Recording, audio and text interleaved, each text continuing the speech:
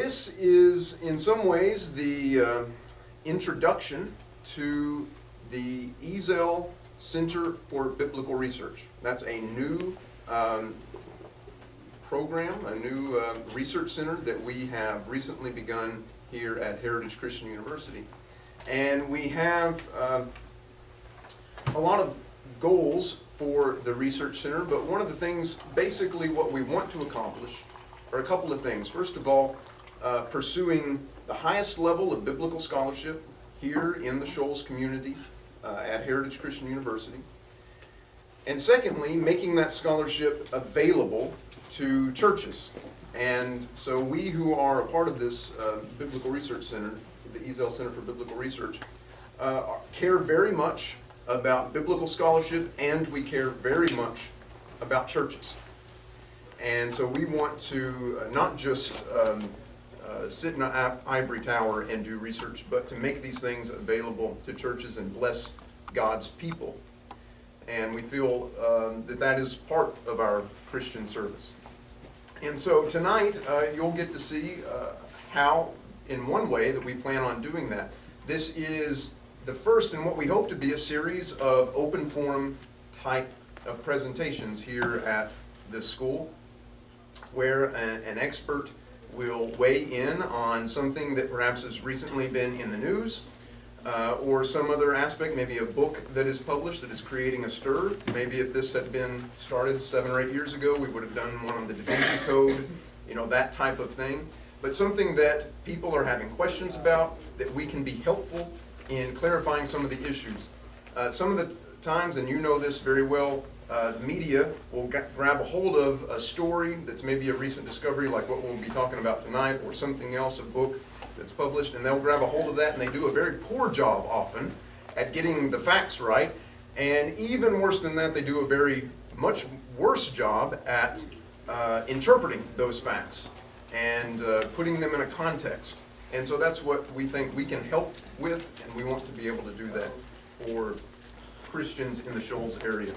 There are other aspects of the Ezel Center for Biblical Research. There are some adult education classes that have recently been started. I myself am teaching even tonight. Later I'll have to scoot out of here to teach a class on how regular Christians can use Greek and Hebrew in their Bible study. Let me give a slight advertisement for something that will be coming up in a couple of weeks. On November 3rd, I'll be teaching a class on Jesus as the Messiah. That's a Saturday morning here at the university. And so these are other ways that we're trying to make biblical scholarship relevant to people in the pew, if you will, to help churches in this area. Well, tonight, as I say, is an introduction to that, and we're very excited to be able to kick things off in this way. You are here probably because you know about a recent discovery of a Coptic fragment that has come to light in private hands in Germany, that's made its way to a Harvard University professor and has made the news all over the world. That says something about Jesus and his wife, apparently. And so we are fortunate to have on our faculty here at the university an expert in ancient Christianity and especially in Coptic studies, Dr. Jeremy Barrier, who received his PhD from Texas Christian University Bright Divinity School in 2008, published a book a year later, 2009, on an ancient document written in Coptic mostly, or at least preserved mostly in Coptic. So he has much experience in researching ancient Christian Coptic documents. That was the Acts of Paul and Thecla. And after that, he has done extensive study on Coptic papyrology in Germany in a summer program at Leipzig.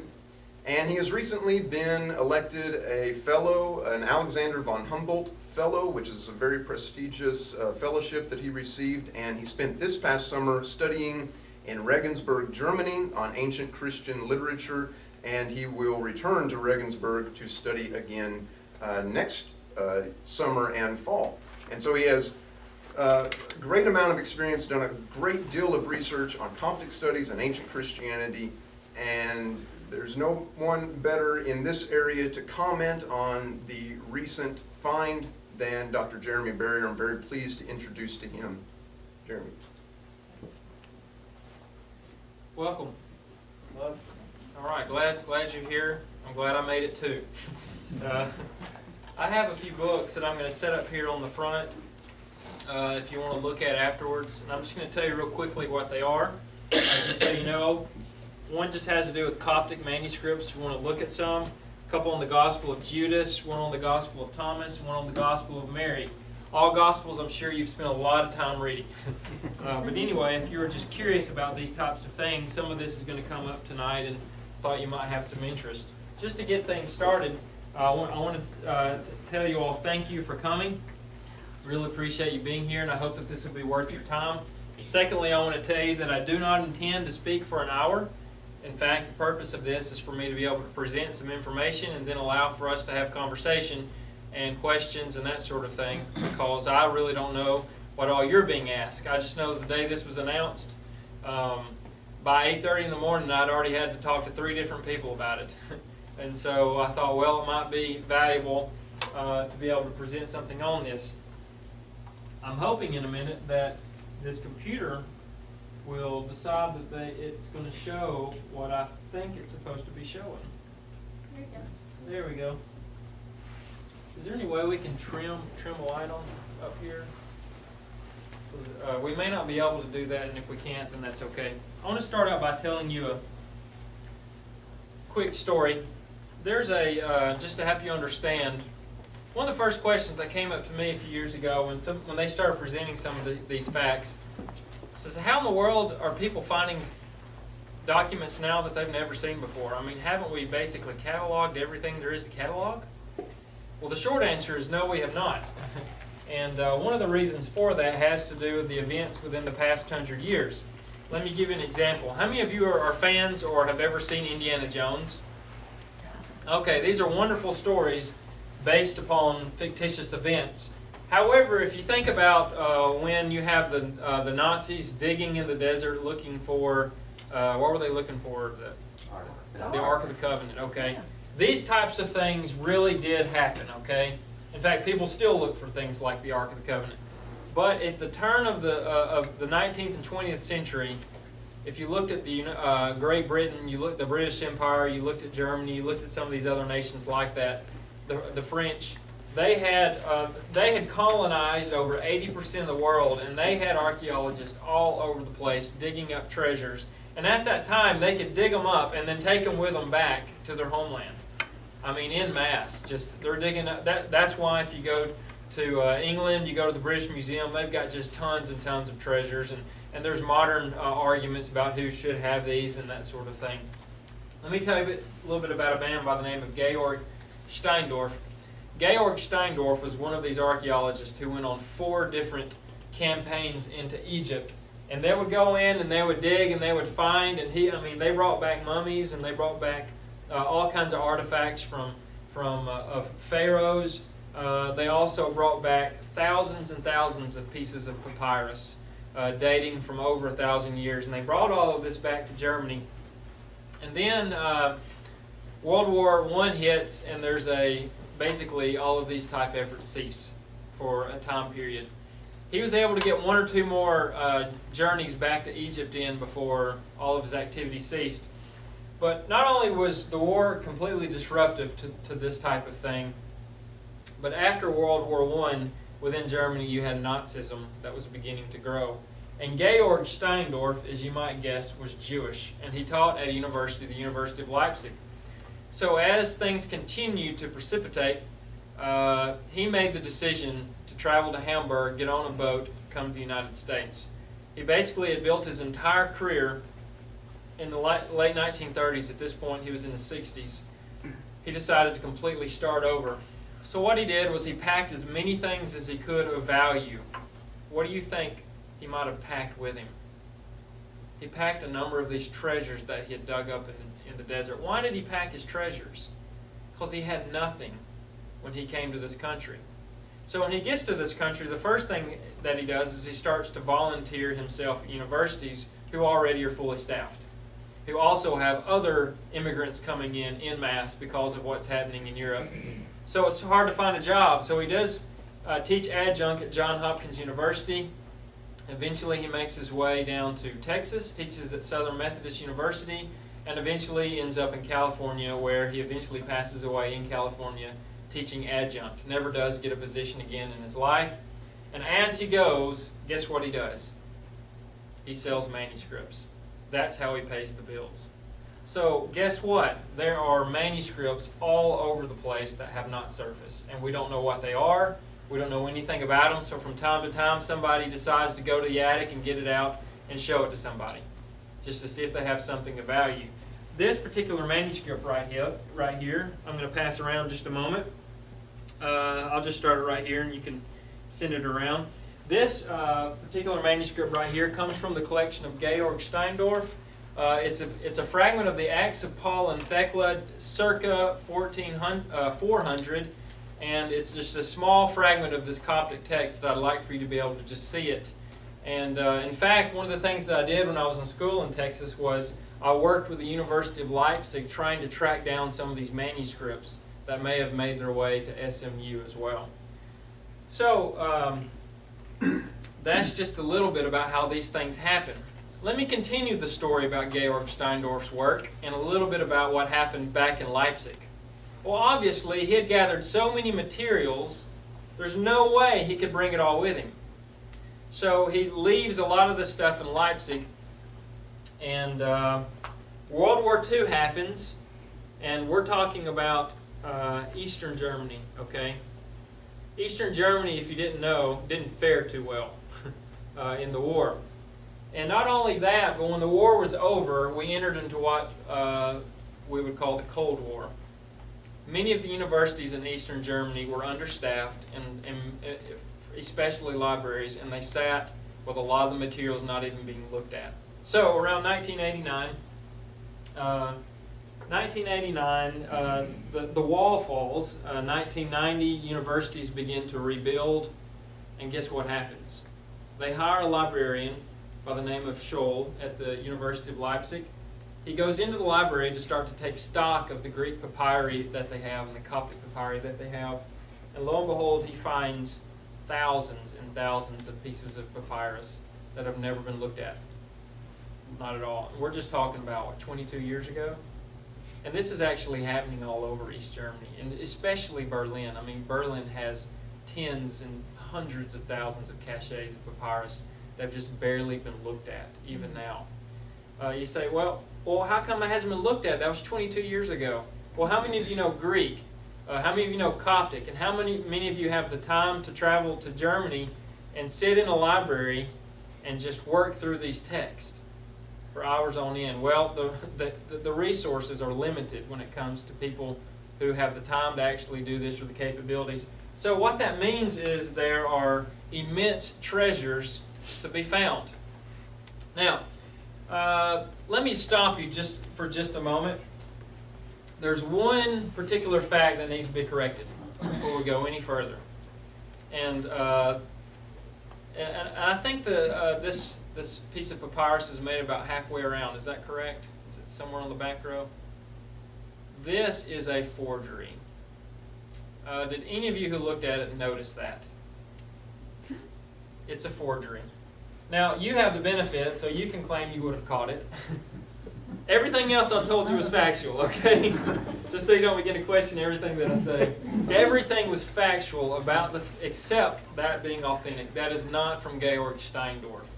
In fact, I made that piece of papyrus out of a papyrus plant, and I sent it through a photocopier and printed that text on it. So those of you who have seen it may want to look at it again now that you've seen it. And the reason I did that is because, first of all, I wanted to make the point that discerning a forgery can be difficult. It's not as easy as you might think. Even when it's run through a photocopier, we still don't necessarily catch it that quickly. And number two, this being a question of this being a forgery is what is being brought up at this point. I want you to know that we're actually still right in the midst of understanding what we're going to find out about this piece of papyrus that's emerged, the Gospel of Jesus' Wife, as it's now being called. And the reason for that is there are a number of tests that haven't been concluded, So there's still much that we have to learn about this fragment. Now, let me transition here. And in particular, the topic of this is Apocryphal Gospels and the Historical Jesus. What can recent discoveries teach us? I plan on spending my time almost exclusively dealing with these new materials, okay? I don't want to rehash what the Da Vinci Code has rehashed and all of these other things like that. And we'll sort of touch on them as we go. But I hope that you'll forgive me if you really wanted to talk a lot about the Gospel of Judas tonight. I'm not sure anybody did, but... So let's see if we can move forward here. Obviously, these types of ideas are very popular in the media. The most recent would be the Da Vinci Code. But before that, you had, for instance, The Last Temptation of Christ, where they're really hitting on this theme of the potential marriage of Jesus. And so this is the way that most of us interact with this type of information. And it's not really digging very far into the details. This is probably the picture that's become most famous, interestingly enough.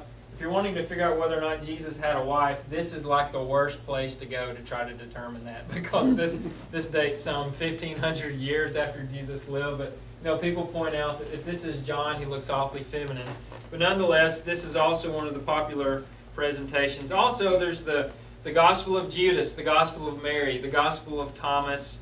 All of these things have emerged and really gained in popularity. The Gospel of Thomas actually emerged in 1945. With the Nag Hammadi codices, but some of these other ones have come to us much more recently, especially the Gospel of Judas emerging in 2006. That's an incredibly interesting story if you haven't ever read anything about it. But once again, that's not what we're going to discuss tonight. That's just the fragment pieces that remain of that. What we want to talk about in particular is this newest announcement, the Gospel of Jesus' wife, so named due to the content of the text where it actually talks about my wife. Jesus refers to his wife in the text. Well, what about the background of this? Well, best we can tell right now, it emerges sometime around the early 1980s. Now remember that story I told you about how some of these things can get lost for so long? The fact that it emerges in the 80s is no surprise, and emerges in Berlin when you're dealing with a reconstructed country. But in the December of 2011, a private collector from Germany approached Karen King at the University of Harvard University and said, I've got something you might want to look at. Karen King looks at it. Karen King is not a Coptologist, which means she's not an expert in the Coptic language, nor is she a papyrologist, which means she is not an expert at looking at pieces like I've just passed around. So she is an expert in early Christianity and other matters, but she immediately contacted several people that were experts. For instance, she talked to, Roger Bagnall on the bottom right-hand corner. And you have to excuse me, but I'm not so good with the name of Anna Marie Lewikendick. So, and I'm not quite sure, maybe Sweden or somewhere along those lines where she's from, but she works at Princeton. These two individuals are experts. This is Karen King on the top right. She put it in their hands and asked, what do you think about this? Well, what we found out was it had surfaced at Freie University, which is this university in Berlin, one of the most prestigious universities in Berlin, and there had been an exchange between some of the scholars there where they had been discussing this papyrus fragment that was shown to them by an individual. And at that time, they thought that this was an important, Professor Fecht, his opinion was this might be proof for a possible marriage of Jesus. That was his comment on it. Obviously, that sounds exciting to put it that way. And this same conversation came up in the United States. Well, some of these experts looked at the fragment to try to make a determination on whether or not it was authentic. They looked at it closely, studied it. In fact, 3 independent people looked at it. 2 out of the 3 said it's authentic. The third one had reservations. One was Roger Bagnall, by far one of the world's premier scholars in Coptology. Secondly, Ariel Shisha Halevi, which is one of the second best scholars of the world, looked at it, said it was authentic. The third one, at this point, is unnamed, anonymous, the one who questioned it. We don't have the name of that person. I'm sure with time it's going to surface too. I mean, they'll allow themselves to be known. So at that point, just a short time ago in September, it was publicly announced that they had found this, that Harvard Theological Review was probably going to publish something about it, and it is confirmed that they will. And of course, we had the hubbub show up in the media. I've yet to figure out why it was released in September. I don't know what the timing of it is. Whenever they do it around Easter, it's kind of easy to figure out. It's the time of year I thought, why not December? Well, there must have been some matter that was pressing. And the reason I say that is because some of the testing that they're going to do to this piece of papyrus has not been completed yet. So it would have made more sense if they would have just waited maybe 1 or 2 more months, and then they could have completed all of the testing before they released the information. But I have no idea what led to the conclusion to do that. This is just an example I wanted to show you, where this is a cigar box that showed up in Leipzig. And when Dr. Scholl opened it up, it was just packed with pieces of papyrus. And it's just amazing to think that all of these things are just sitting around the world, even today, discoveries that could be made. And so scholars have to get together and look at all these materials, discuss them, work with them, piece together these fragments. In the case of the Gospel of Jesus' wife, it's kind of easy to piece together. Why? Because this is all we have right here. Okay, this is it's still in Harvard right now. This is not actually the original, but this is the size of it. Okay, 8 centimeters by 4 centimeters. It's small. It's really small, and we made that here in-house. And if you look at this one closely, there's not even texture on it. It's just paper. So anyway, it takes a lot of time to work on this stuff. This is what the fragment looks like. I like the PowerPoint version a little bit better. You could actually read this text, although it's very difficult to read. And here's what, I'm just going to read the right-hand side, which is the translation for you, where it says, "Not to me, my mother gave to me life." And as you notice, before I go any further, these are not this is not the end of the text. The text would have continued on both sides of the page. It's just cut off. So we sort of pick up right in the middle of a context. Line 2, the disciples said to Jesus. Line 3, deny, Mary is worthy of it. Line 4, Jesus said to them, my wife. Line 5, she will be able to be my disciple. 6, let wicked people swell up. 7, line 7, as for me, I dwell with her. Or another translation of that is, I live with her. In order to, we don't have the rest of it. So, without being any type of expert in any of these things, you can gather from this context a little bit about what people are discussing. Most importantly, I want to mention here the mention of my wife. She will be able to be my disciple, and I dwell with her. Those 3 details in particular are the ones that I think are probably catching a lot of attention. This is the back side of it. If you look on this side, you can just barely see a few letters here. Now I really want you to notice that, how faded they are, just so it's very difficult. They had to use several different special ways to try to read this, other than just examining with the eye. What's interesting today about the study of papyri or papyrology is that sometimes it's actually easier to study this stuff on computer screens, because you can zoom in so well. I mean, compare using a computer screen and blowing these things up compared to trying to look at what's being passed around.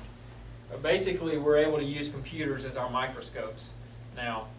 And so that just blew me away when I found myself studying papyri, and more often than not, I was needing the computer screen when I had actual papyrus sheets in front of me, and I needed the computer to figure out what it said. That's a sidebar on the amazing things that technology can do. The back, there's very little we get out of it other than my mother, the word 3, and then line 4 says fourth witch.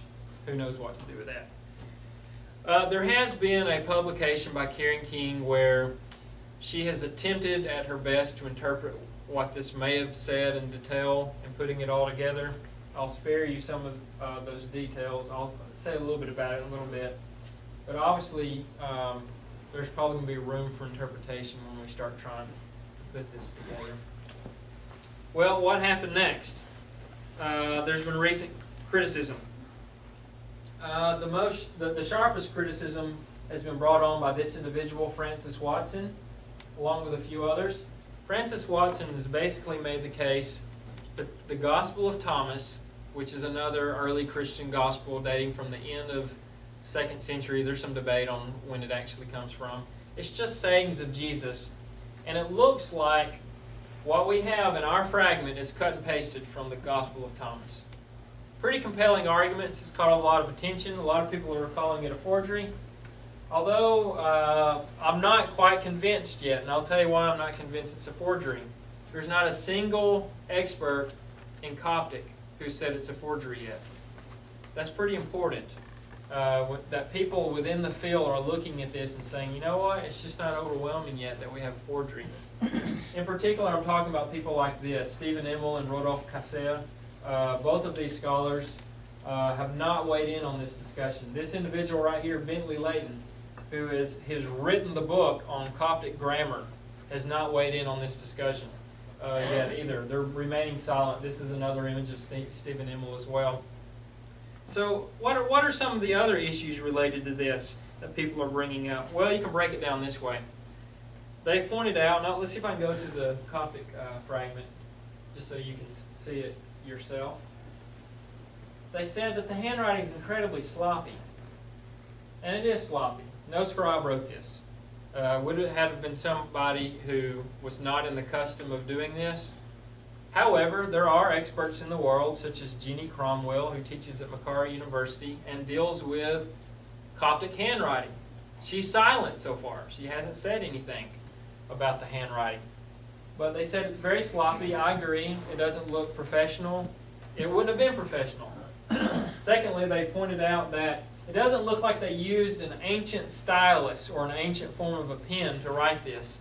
It looks more like brushstrokes. Well, other scholars have looked at that and said, well, it may not be because they're using a brushstroke, but maybe they have a dull pen. A dull pen would give you the same results. So we're kind of left at a wash on that. They're doing carbon-14 dating now. We don't have any results yet. So what am I trying to tell you? There are going to be some more announcements about this coming. And they'll tell us what the carbon-14 dating says, and guess what that's probably going to do? Give us more mud to work to wade through. Also, probably what I would consider one of the more important tests that's being done is they're trying to test the chemical composition of this ink.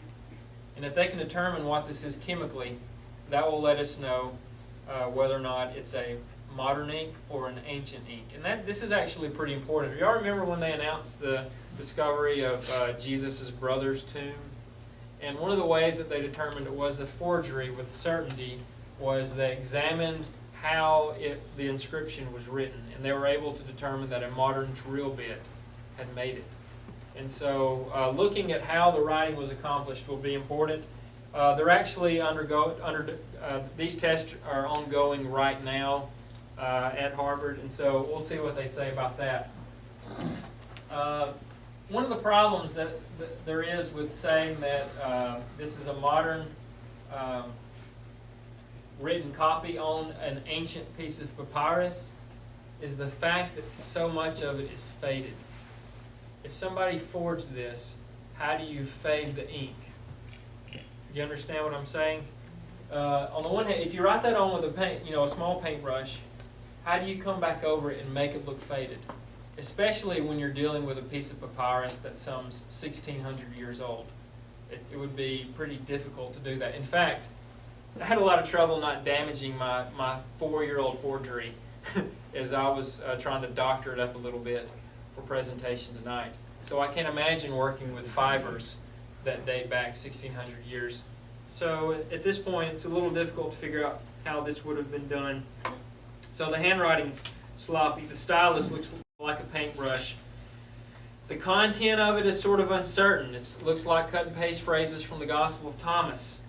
Not sure about that. Although it is known that other people wrote Gospels that were just compilations of other Gospels. They would cut and paste Gospels, put them down, or sometimes we have actually letters of Paul. I don't know if you've ever heard of 3 Corinthians or Paul's letter to the Laodiceans, which basically are cut and pasted out of some of the letters that we are familiar with for instance, the book of Galatians has been cut and pasted out of.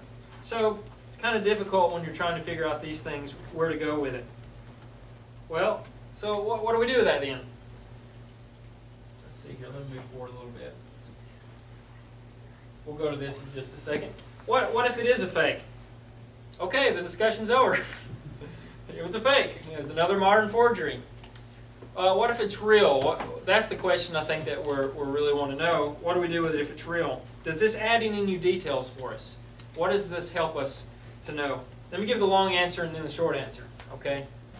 Long answer is we have other ancient Gospels that tell us about some of these things. For instance, I mentioned the Gospel of Mary. This is what it says in the Gospel of Mary. Peter said to Mary, "Sister, we know that you are greatly loved by the Savior as no other woman." This right here suggests that Mary had some type of preeminence within the Gospel of Mary, that is. Okay? Let me make a real important point. At no point are any scholars discussing whether or not this has anything to do with the historical Jesus.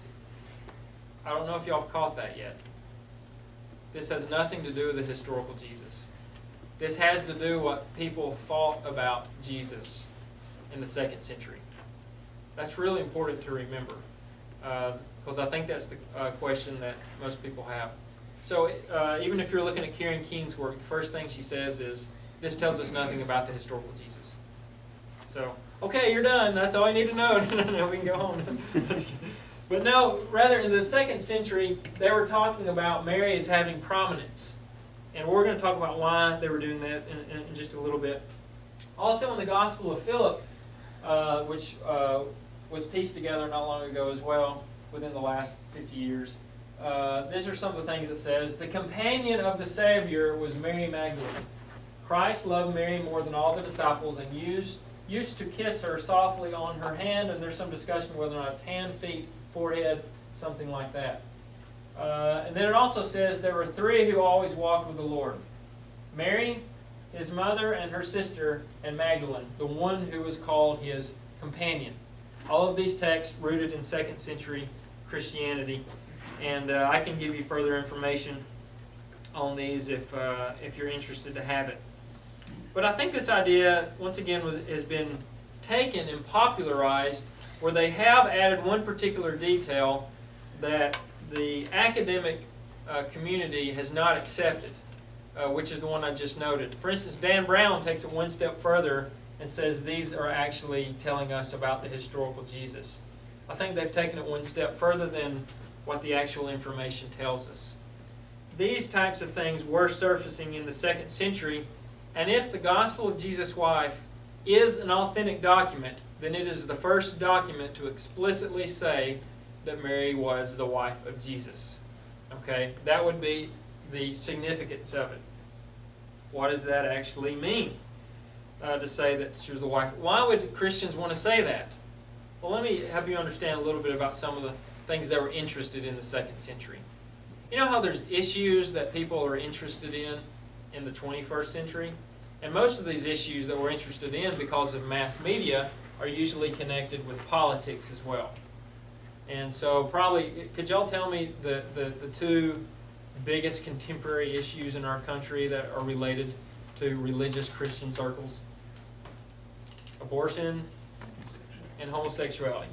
So those are 2 of the issues that, these issues weren't a big deal, let's say 100 years ago. People weren't talking about it. You see what I'm saying? It's sort of a contemporary issue. Or some of the contemporary issues of the 2nd century. Some of the Christians in the 2nd century were trying to determine whether or not Christians could be married or not, or whether or not they had to be celibate. And if they had to be celibate, could you still be married but not have sexual interactions with anyone, or your spouse in particular? And so that was one of the discussions they were having, and they filled the gamut. I mean, everybody was fitting everywhere in between. And what's interesting is for a while, the most orthodox circles were coming to the conclusion that the superior way to live was celibacy. Don't be married. And it looked like it was going in that direction where Orthodox Christianity was going to say one must be celibate in order to be a faithful Christian. Although other people were saying, no, you don't have to be celibate.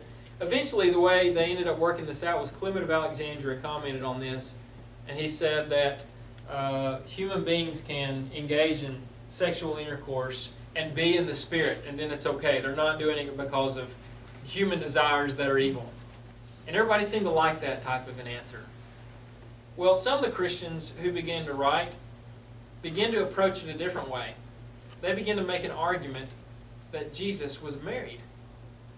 And if they could convince people Jesus was married, then by extension, then they could convince people that it was okay to be married. That was sort of what we think the gospel of Jesus' wife would have been, a document such as that. So it really would have more to do with what's going on in the late 2nd century, with what Christians were arguing about when it had to do with issues of celibacy. And so if this is an authentic document, then most likely this is what it would be about. And so that's what makes it so curious. One of the difficulties about this is that we don't know anything about this gospel. We don't know what it is. We don't have other sources talking about it. It just sort of shows up out of nowhere. And so, once again, one of the things that does become a little bit suspicious about it is the fact that it is the first manuscript that says Jesus was married, and it's emerging in 2012. That detail alone does make it a little bit suspect. Although, if you want to be scientific about it, we don't need to make our decisions based on suspicion. You should try to sort out the details and sort out the facts to see whether or not it's legitimate. Last but not least, before we go to questions and comments and thoughts, what does the Bible say about this? Just by way of reminder, and I think what Ed Gallagher said was accurate, and I thought he did a good job talking about how sometimes the media bungles these things. I would even go so far as to say, I may be wrong about this, but sometimes the media may be trying to interpret a document in a particular way, just a particular agenda that they're setting out on their own for the value of a document. Unfortunately, this is going to be one of those. The biggest target for using a document like this could be Christians. But within Christendom, the main target who would suffer from this would most likely be the Catholic Church, as they oftentimes are the recipient of most of the criticism that comes out of issues, especially because they have doctrinal statements related to this. Interestingly enough, being in the Restoration movement and part of the Church of Christ, if you look at Scripture, the Scripture is actually silent on this particular issue. It doesn't say anything about Jesus' marital status. Having said that, some people have said, well, Jesus was probably married because he was a rabbi, and most rabbis would have been married. Well, the odds are Jesus was not a rabbi in the strict sense of the word. He was probably called rabbi as an affectionate term by his followers. It's unlikely that he had gone through some type of rabbinical training. So I'm not real convinced that Jesus was a rabbi. I'm not real convinced that you can use that to say he was married.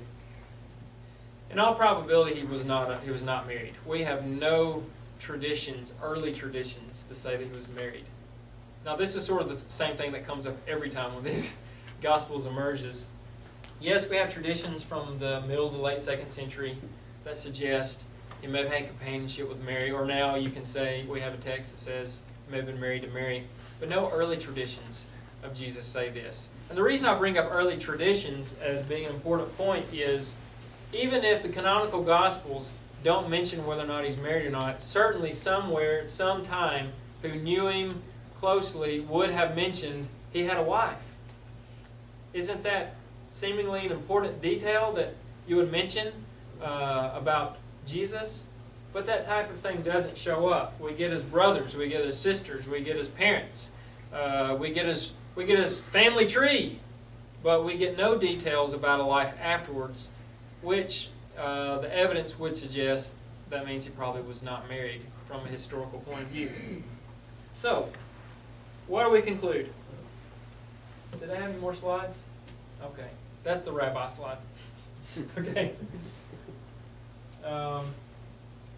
What can we conclude? At this point, it is undetermined whether or not this is a forgery. There are two very important tests that need to be done. If you were to ask me tonight to give an opinion on it, I am going to defer to what other Coptic scholars have already said. It is probably not a forgery. Having said that, if these other tests come in that can prove decisively it's a forgery, that's it. I think it's a forgery. You understand what I'm saying? Those scientific tests can be conclusive on this type of a thing. But at this point, I think they've done a close analysis of everything that they can up to this point. It does not seem to be a fake.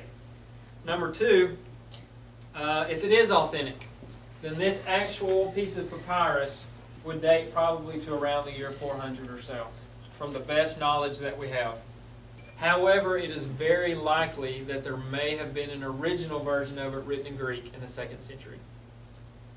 That's likely. Why? Because of the content. It would fit into what they're talking about in the late 2nd century. However, with certainty, we're looking at somewhere around 400 is our best estimate. You have to keep in mind some of these things are incredibly difficult to determine. Why? Because we don't actually have thousands of pieces of papyrus in Coptic from the 4th century. We have handfuls. We have handfuls that go back that far. So it can be difficult trying to figure this kind of thing out. If it is authentic, then it's very exciting for people who study 2nd century early Christian studies. Does that make sense? If you're interested in learning more about the historical Jesus, this is not that valuable in the sense of it doesn't really give us any new insight into Jesus.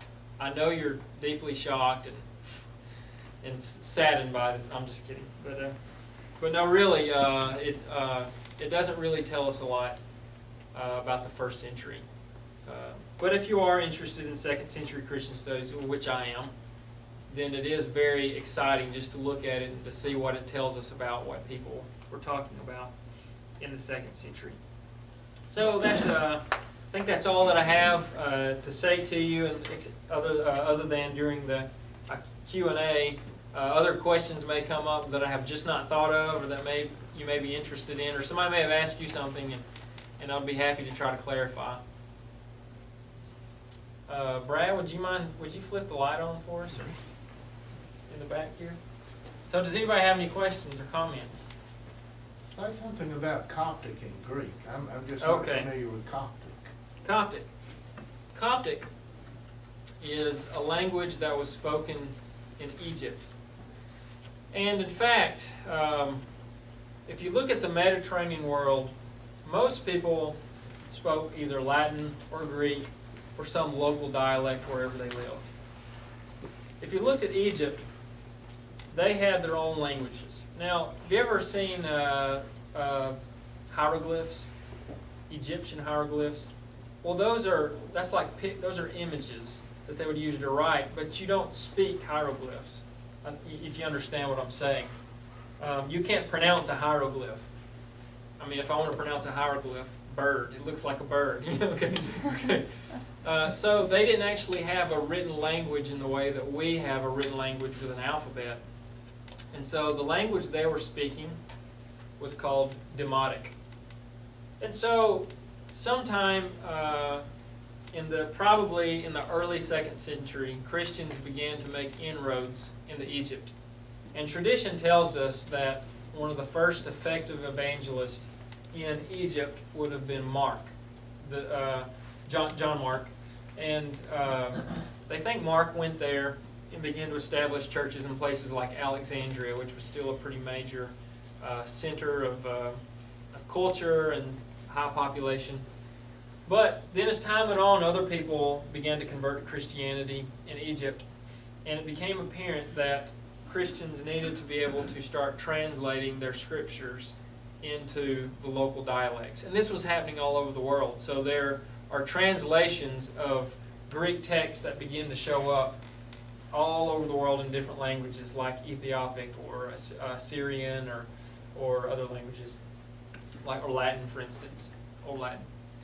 And so what this meant was, what people believe is it was actually Christians who used the Greek alphabet and took the dialect that was spoken in Egypt and for the first time wrote down text. And they just used the Greek alphabet to do it. And they called the language Coptic, which is actually a play off the word Egypt, Egyptos. And so doesn't that sound exactly the same, Egyptos, Coptic? But there is actually an etymology and a connection between the word Egypt and the word Coptic. So what that means is sometime in the 3rd or 4th century, they were now translating New Testament Gospels or New Testament letters of Paul into this new script, Coptic. That uses Greek. That they use the Greek alphabet. That's exactly right. And so what that means is if somebody said, I have a Coptic manuscript from the 1st century, well, you know they're lying. It didn't even exist in the 1st century. So what they're saying, just so you can sort it out, is 4th century manuscript, but if it existed in the 2nd century, it would have been in Greek. Not this particular text, but they're saying this may have been a transcription of a text from the 2nd century. Is that helpful? Does that make sense? Okay. What about, was some of this done in the 2nd century, the late 2nd century, to maybe stop the Catholicism, the beginning of the Catholicism as far as the celibacy and that kind of thing? Is these writings that, you know, he could be married or he could be married? Yeah, that's a really good question. The 2nd century is a very interesting century to look at for Christianity, because just think about this for a minute. Let's imagine that you live sometime around the year 85. Okay, I can't imagine it either, but let's just try to pretend that we live in 85. And let's say that we are a new convert to Christianity. What that means is if we're a new convert, we probably had an interaction with one of the first founders of Christianity, or what I mean by that is one of the first disciples. You may have actually met an apostle who came through town. So the question comes up when, let's say that you're there, you have a new church, and you're trying to figure out how to do something, and an apostle had been with you for 3 months, and then he leaves, and the next week something comes up, and you're like, you know what, he didn't tell us how to deal with that. Well, what we can see from Pauline churches is that oftentimes they were working through the influence of the Holy Spirit to sort out these problems. But yet sometimes things come up that you don't know how to answer. Hence, Paul writes a bunch of letters. All kinds of stuff is happening, and he's trying to address it and help them troubleshoot these problems. Well, for a while, you send a letter to an apostle. Or you send a letter to Timothy, who was with Paul for all these years. Oh, he can tell you everything Paul would have said about this. Well, then what happens when you get to the year 100 or the year 115 or the year 120? Maybe Timothy's not around anymore, or maybe you're asking Timothy's disciple, whoever that would have been. Well, what do you do when you get to the year 150? Now you're to Timothy's disciples' disciples' disciple. You see what I'm saying? We're getting further and further away from the original source. And at this point, memories are growing dimmer and details are getting fuzzy.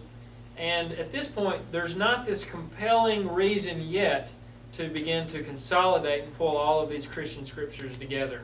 They're beginning to become aware of it. But it's really, a good example of this would be around the year 144.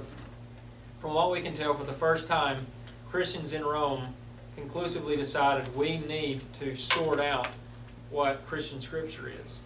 And the reason that was apparent was somebody came into town by the name of Marcion, and Marcion said, you know what? The God of the Old Testament is not even the same as the God of the New Testament. Everything in the Old Testament we need to throw out, which at that point in time meant, let's throw out 95% of our scriptures.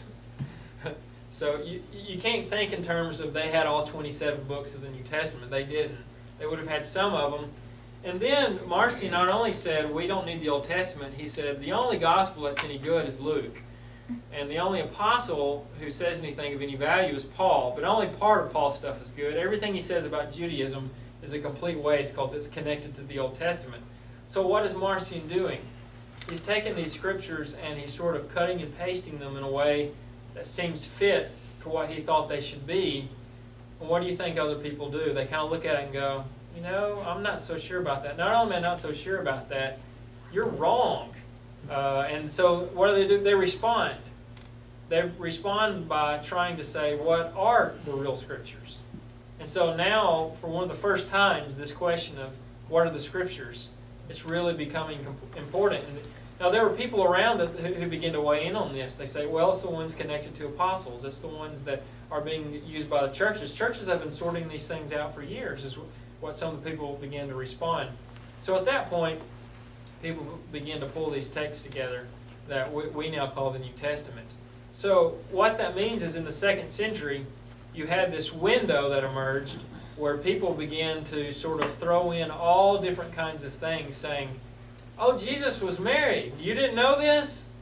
And I don't know what the intentions were of somebody who would have written that. That's completely beyond our scope. They may have had good intentions because they were fighting against some issue. But as time goes by, people are beginning to screen all of these texts and trying to figure out what's legitimate and what's illegitimate.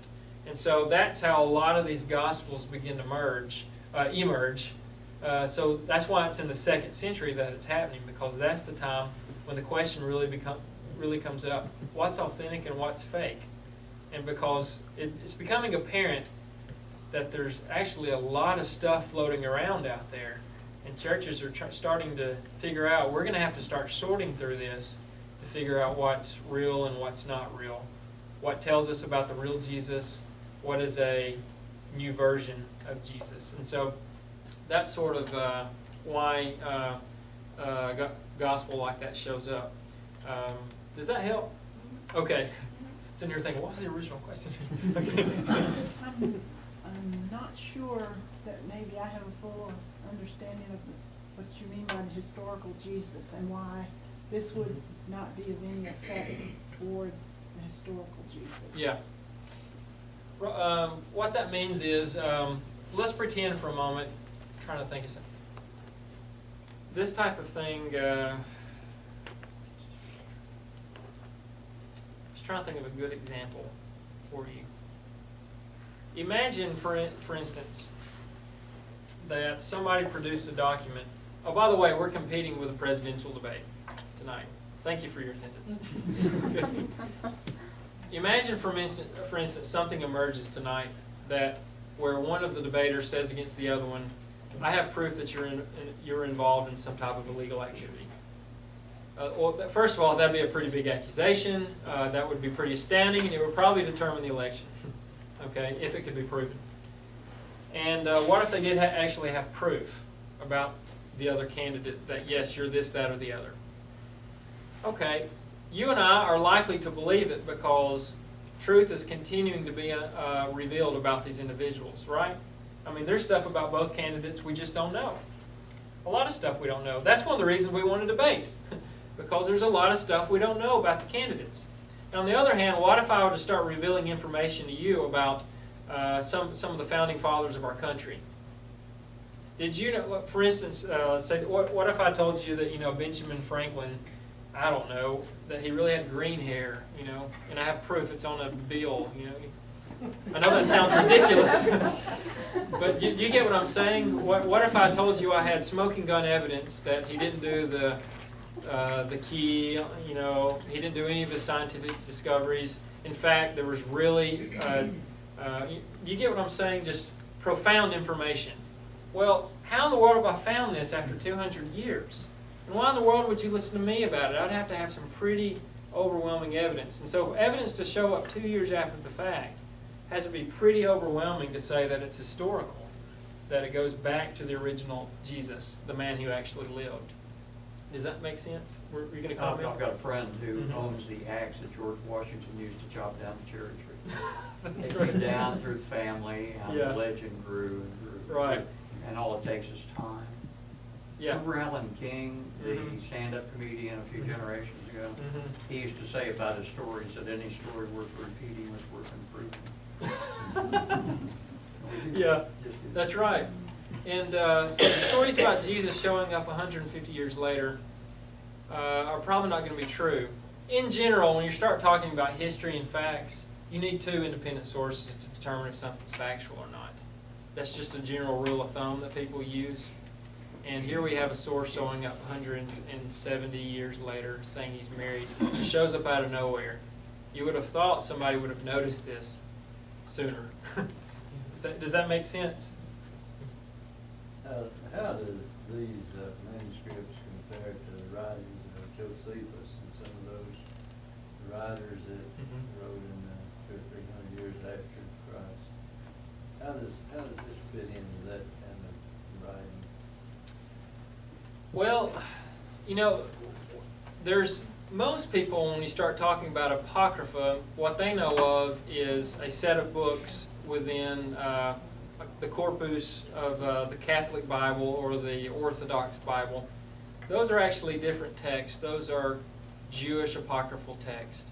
For instance, people I think might know of maybe 1st Maccabees or 2nd Maccabees, which tells some of the history of what people call the intertestamental period. These are different documents. These are ones that apocryphal, meaning hidden. They were hidden or they weren't revealed. They weren't part of the solidified corpus of what people consider authentic documents of early Christianity. These would have been considered heretical documents. Josephus, on the other hand, would have been an individual who was living in the 1st century and just commenting like a historian about some of the things that he saw happening in Palestine and happening to the Jewish race. And so there's probably not a whole lot of connection between Josephus, not directly in these documents, because Josephus would actually be a better independent historical source talking about early Christianity than, say, something like what we're talking about tonight. I don't know if it is appropriate to ask this question at this point in time. In the translation you show the wife, and I think in Greek we have a similar word like that has a meaning for both woman and wife. Is the same word? This is not the same. I was wondering the Greek word Yeah. for woman and wife is the same. This right here is tahime, and it has one meaning, and it's wife. It's not. There is another word in Coptic that could be generically woman. This one does not go both ways. This one is wife. Now, some people have commented, well, he may not have been talking about Mary. He may have been talking metaphorically about the church or something like that. I suppose that's a possibility, considering so much of the text is missing, although that's probably not the most logical conclusion to make out of this text. The reason that they're saying that is because they're fearing that this is somehow impacting the Jesus that we know. And so they're trying to look at the text and give an explanation for it. What I'm trying to say is, no, this has no impact on the canonical Jesus. This tells us about what people were thinking about Jesus in the late 2nd century. And I think it probably says my wife in reference to Mary. They'll probably come out tomorrow and say it's a forgery. I think we have time for one or two more questions. Go ahead. Can we? So you're talking about these chemicals that were used to kind of figure out the time. Yeah. Can they use the similar kind of procedure to date the papyrus? The paper they used? To be honest with you, I do not know how they do carbon-14 dating, and I do not know how they test the chemicals. That, I have no idea. That's outside of my knowledge base. So the next year they do it for the painting. I'll ask Jack back. He's an engineer. Outside of mine too, but Yeah. probably, I know apologeticspress.org every now and then has articles about those things, so you might learn something Yeah. from that source. What about the Gospel of Judas and Gospel of Mary? You may have said another one. And of course, I know the 27 Gospels don't really quote from each other. But do they quote any of the 27 books? Any passage at all? They do. Before I say more about that, do you have any comment, Dr. Gephardt, about any of what he was talking about with how they date things? Oh, I really don't. No, Okay. I'll tell my page too. Okay. I would throw in that as far as dating the papyrus,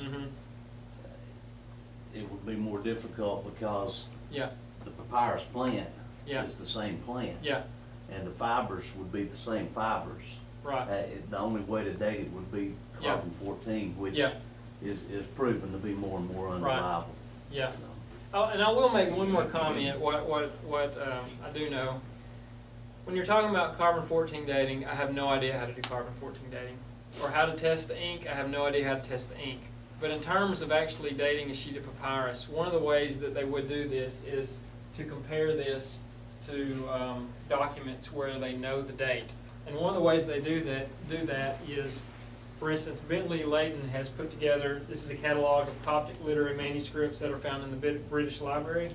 There are actually volumes like this that you can consult, and it goes through and gives you full descriptions of just manuscripts. I know it's a thrilling read, in case you're interested. But if you go to the back, this is where it gets important when you're trying to date stuff. Page after page where they give samples of each sheet of papyrus. And many of these, they know the date of them. And some of them they know the date because they've compared it to something else. In fact, there are some Coptologists who have looked at these manuscripts enough that they can actually identify individuals who wrote some of these. Because a lot of these come out of particular scribal schools, like the White Monastery, which is located on the Nile River, upstream on the Nile River. They can actually identify the style of the White Monastery. And one of the teachers there as well. I mean, because he did hundreds and hundreds of manuscripts. But you can go through here, and if you can identify one of these that looks like it, but I can go ahead and tell you just from the experience I do have, this looks like none of them. And that's part of the problem. I do have a couple samples of manuscripts that fall outside of the norm. What this means is it predates schools, so the Coptic scribal schools, and that's one of the reasons we know it's early. And there's other reasons too. Does it have one column or two columns? This would have been a one-column manuscript, which means it would have been early. So there's a lot of things like that that sort of tip us off onto the dating. Now that has nothing to do with the scientific dating. That has more to do with comparisons to other texts. And for instance, in the Nag Hammadi codices, which is how they dated these documents, they actually came with a binding on them. And they pulled apart some of the binding, and it had materials within it, written within it, that they could use to pinpoint when it was written, talking about certain individuals, this, that, or the other. You know, if I'll just give you one example. If you have a writing that refers to the destruction of the temple, you can pretty much date it to after the destruction of the temple. So, for instance, the Epistle of Barnabas, a very early apocryphal Christian writing, mentioned the destruction of the temple. So what do they know? Well, it's at least after 70. You see what I'm saying? So you can look at some of the things in the text, you can look at the actual handwriting, and so that's what makes it an anomaly, is the fact that, okay, it doesn't look like anything that we have to compare it to. And in reference to, like, going on to the next question, one of the reasons why there's certainty that, for instance, the Gospel of Thomas is not as old as the canonical Gospels is you do have quotes from the Gospels. And it may be early. For instance, I'm fairly convinced it comes from the first part of the 2nd century, which is a very early dating of it. But for it to be quoting the other Gospels means that not only the Gospel had to have been written, say, for instance, Luke, but it had to have gained popularity enough to have been duplicated and gotten into the hands of the person who wrote the Gospel of Thomas for them to quote it. And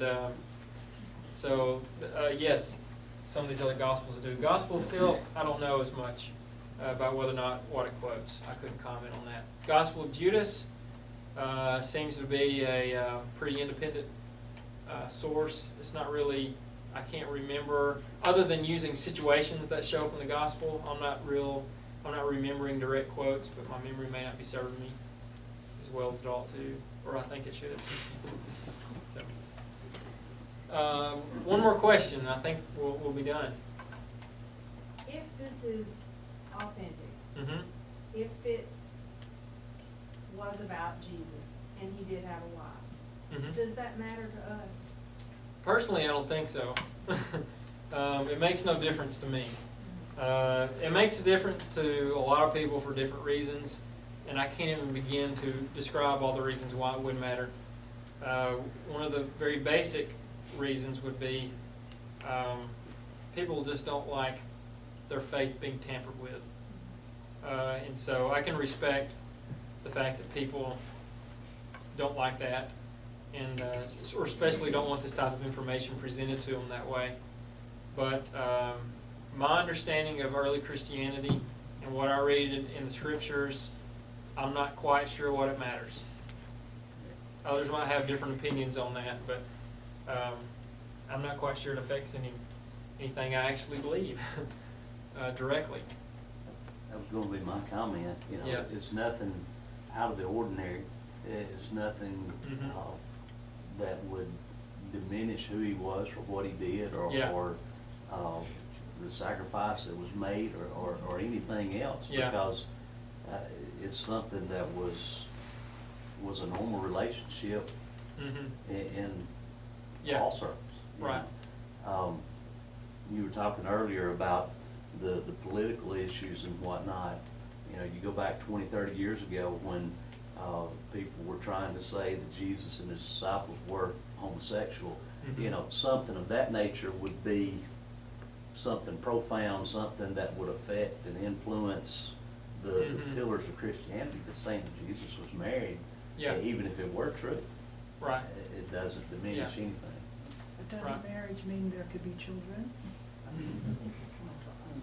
Yeah. Yeah, I suppose that there, It would be neat. It would be cool. You know, I mean, it would be something that you would say, wow, you know, that's, but doesn't. no, I'm not, really- yeah, I didn't say there wouldn't be consequences. But I mean, even if there were a child, like it alludes to Yeah. a minute ago, does that alter or change anything historically about Mhm. who Jesus was? I mean, Right. He was more concerned about his mother than he was his wife on the cross. Right. Now that could cause problems. Why didn't he say something? Yeah. Well, I suppose that we'll conclude with that interesting note as we linger on the potential consequences of this.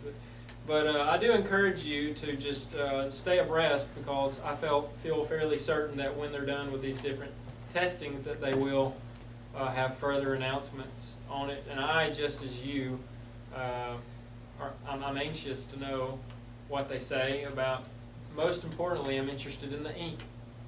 I want to know whether or Well, I not was gonna ask it looks like you, modern or when ancient. we get the results of I do not know. if it's true or if it's, If I were to guess, and if I were a betting man, I would say we'd find out sometime in the month of March, leading up to April and Easter. And I'm just making that up, but maybe they'll release it when they find out, rather than withholding the information. But this is not verifiable, but I have heard rumor anyway that they're making a documentary, so they may be wanting to reveal the information within the documentary. All that stuff has to do with money and the production of it, so what that means is we're just gonna have to wait. It'll depend on how scientific Harvard decides to be about this, and what contracts have already been signed.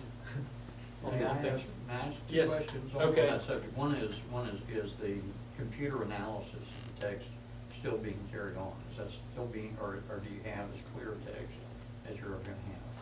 I think what they have put on the Harvard Divinity School site is high production photography, and this is what is publicly being presented. I think this is the best we're going to get. I mean, when they put it in book form, that's actually inferior to what we now have access to on the internet. And that's good and bad, because there's only so much you can tell by looking at an image on a computer screen. You understand what I'm saying? And so that's what bothers me about the blog arguments about forgery. I'm going to be much more quickly to trust somebody who can test things personally with a document rather than just by computer. It's just more verifiable. But do you have a second? Yeah, it was kind of dependent on the first. Okay.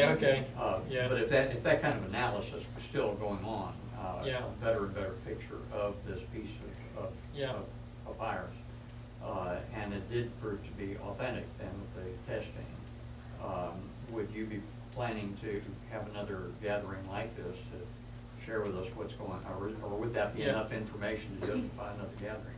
Right. I suppose that I don't have a complete answer for that. We would entertain it, definitely entertain it. There are no, say, current plans at this moment to do that, but it's definitely a consideration.